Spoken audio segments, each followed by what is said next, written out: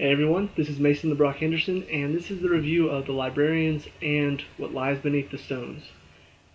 This is the third episode of the series, so still last season they kind of started off the main storyline, and then had the next few episodes were not really connected. It was just something magical is going on in the world, go stop it, and that's pretty much what this is.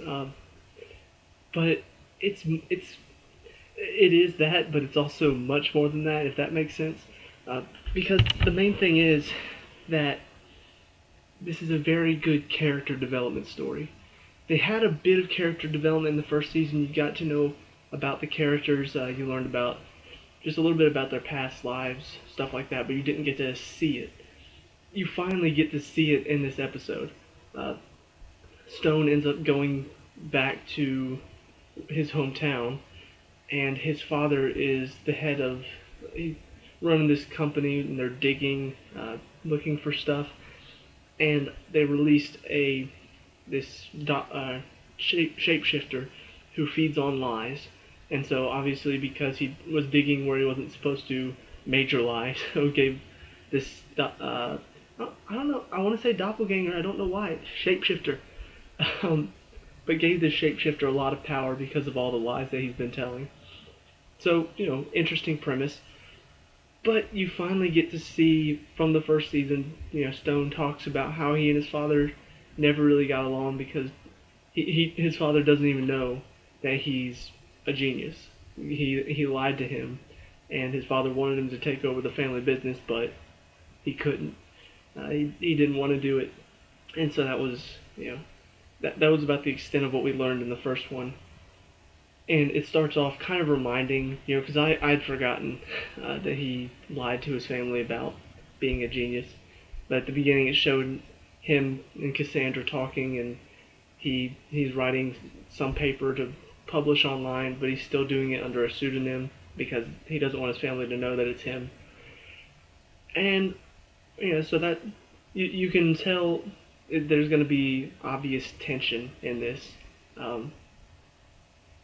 And so, going into it, you're kind of like, okay, I can see where they're going with this, and they don't throw a whole lot of oh my gosh twists into this.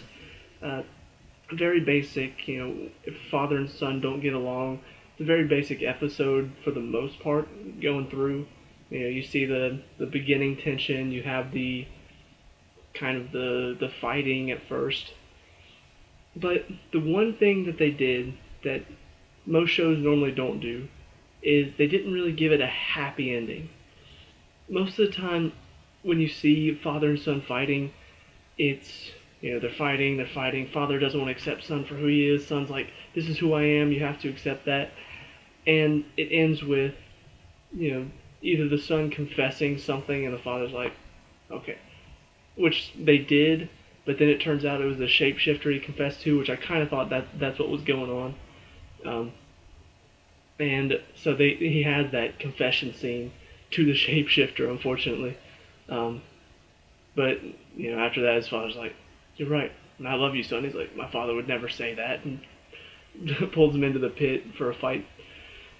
Very kind of fight scene.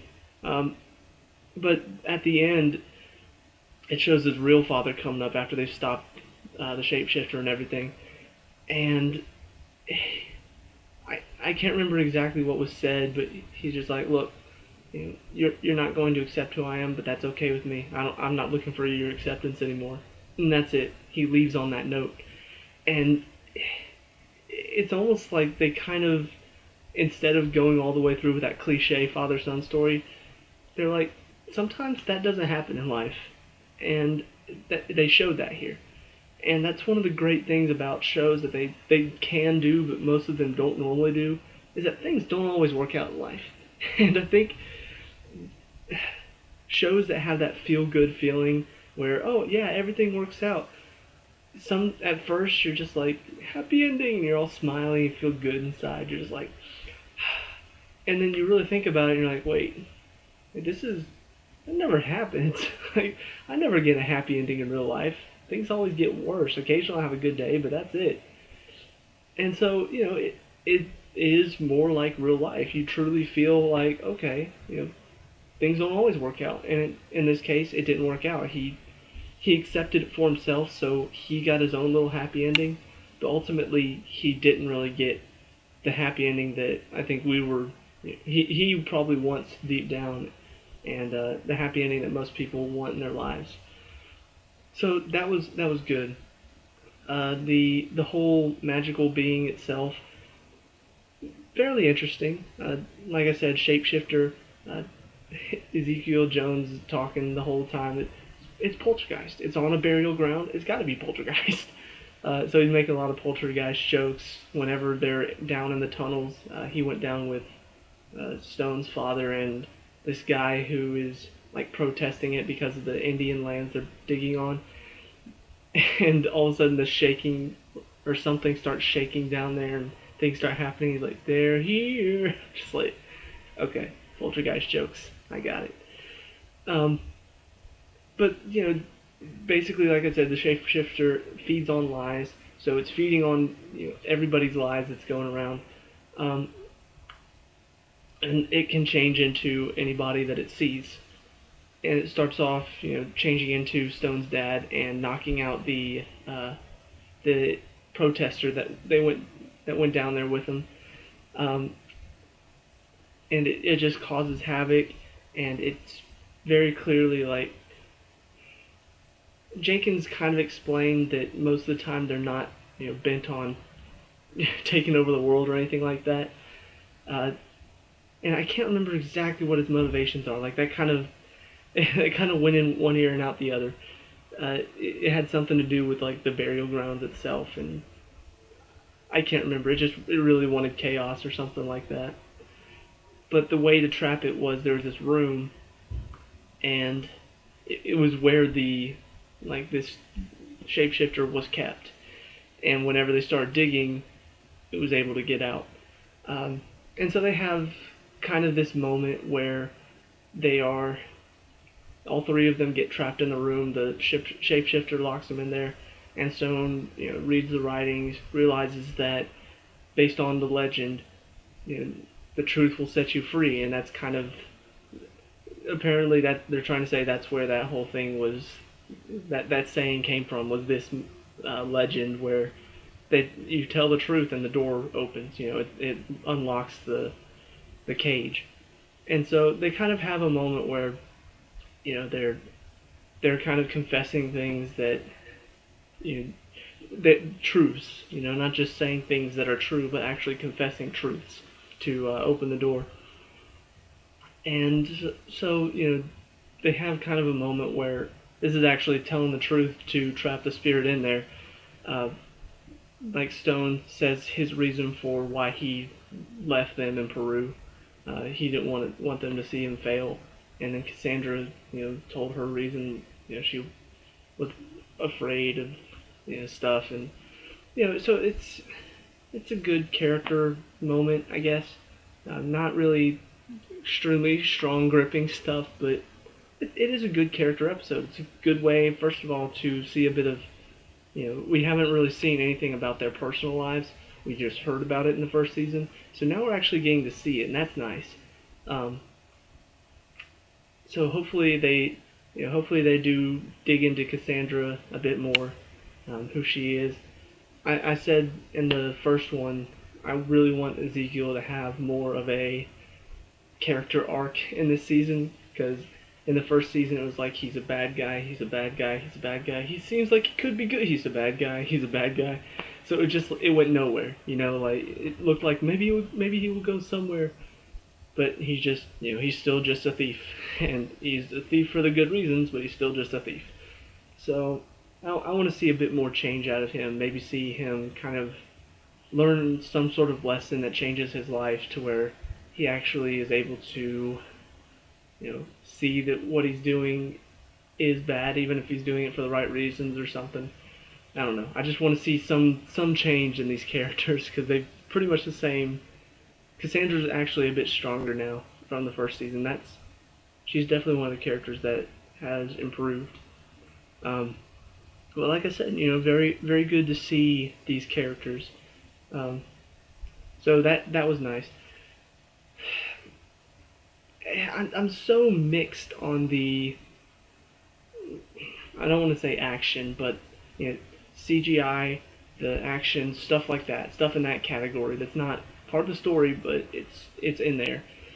Because there are some things that are done really well, like the CGI looks real, some of it looks really fake, um, some of it is real. They do use actual special effects, and it's such a mixture of that.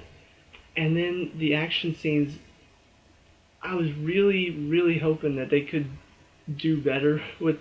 But I guess whenever you have one guy fighting himself, it's hard to really do much with it. Although Agents of Shield did a great self versus self fight one episode. Um, so it's just action's never been one of the strong points in this. But whenever you have a fist fight, I want to see a bit more of that, but better, because you've got what's his name? Um, Whoever plays Stone, he played the hitter in Leverage. He played that guy that took out a whole room. He knows how to do fight scenes.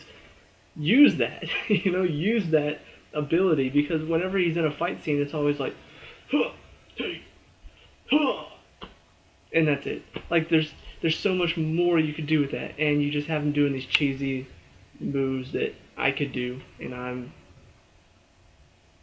I mean, you see this lack of. I could do that stuff, like I have no fighting training whatsoever. I could do that stuff. It's so slow and choreographed. I mean, it's just like I said, not one of the best parts of the show, even in the first season. But I still want to be a bit better. Like I want. It kind of distracts whenever you have these. You're supposed to have these climactic moments where they're fighting against whatever. Last week it was the queen, and she Eve had that fight against Moriarty, and that was actually fairly well done. If in the first season they had Flynn get stabbed by a sword in the first one, and it like they didn't even show him getting stabbed. And this one, it showed Moriarty getting stabbed through. Still no blood because he can't die that way. But it actually showed it. And I was like, okay, that's better than the first season, I guess. I know that sounds weird talking. I want to see more blood and I want to see better fighting. And that's not an important part, but it does distract whenever they have those fight scenes, and it kind of takes away because you're just like, this is stupid. So maybe that's just a personal thing for me. I don't know. Maybe it'll improve. Maybe it's supposed to be cheesy and I'm just missing the point. I don't know. But, I mean, that's, like I said, it's a good episode. It really is a good episode. Not just, oh, it's good. It's good. You get to see more about Stone. You get to experience these characters. And as far as even Jenkins, they're kind of dealing with stuff with the library right now, just putting things back where they're supposed to belong. So they're not really involved much in this, but they're in there. So yeah, that's pretty much it. Not really a whole lot to talk about besides what happened with Stone and his dad. So I think that's where I'll end this one. So I'll see you guys in the next review. Peace out.